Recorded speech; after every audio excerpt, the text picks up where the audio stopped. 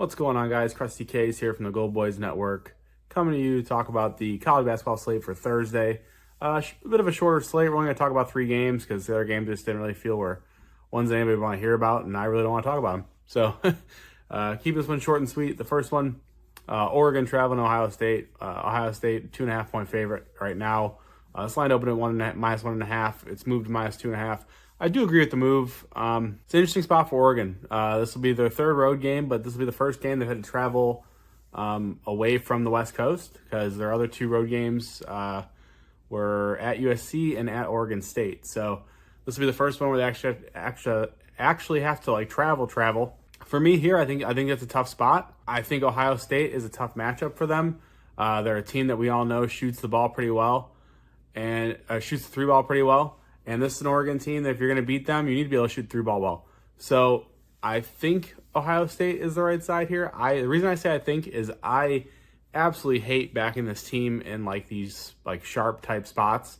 They just don't come through.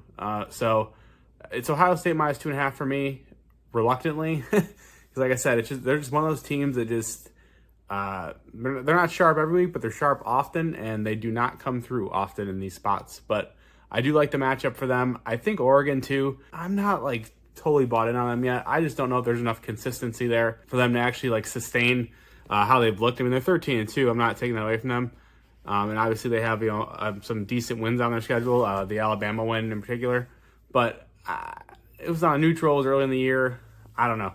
I'm just not sold on this Oregon team. I think Ohio State, the better team. They're on their home floor. I think they pick up a win. Give me Ohio State -2.5. The next one here that we're going to talk about, Purdue traveling to Rutgers. So this one here, Rutgers +1.5 currently. They opened at +2.5, if I'm not mistaken. So small home dog here. Taking on Purdue. Purdue's absolutely rolling. If you've been paying attention, they blew the doors off Minnesota, then went home, blew the doors off Northwestern. Now they go on the road, and this is truthfully a spot where I want to back Rutgers. But I need to see if Dylan Harper's actually going to play, and not like last game where he was active and he played 4 minutes, 5 minutes, and pretty much just stay on the bench. So for me, I'll say Rutgers +1.5 for the video purpose if Dylan Harper plays. If Harper is out, I think you take Purdue and you just go about your day, because this team just doesn't have, outside of Bailey and Harper, they don't really have anybody who can score. So when one of them's not on the floor or one of them's not playing, it makes them too easy to stop, in my opinion. So monitor the status of Harper. If Harper's in, I think Rutgers +1.5. I think they actually likely win this game, truthfully. But if he's out, I think you got to go with Purdue. And I don't care what's sharp or what's not sharp. Purdue is winning this game if Dylan Harper does not play. The last one we're going to talk about here, Michigan State. They're at home, taking on Washington, laying 13.5 points.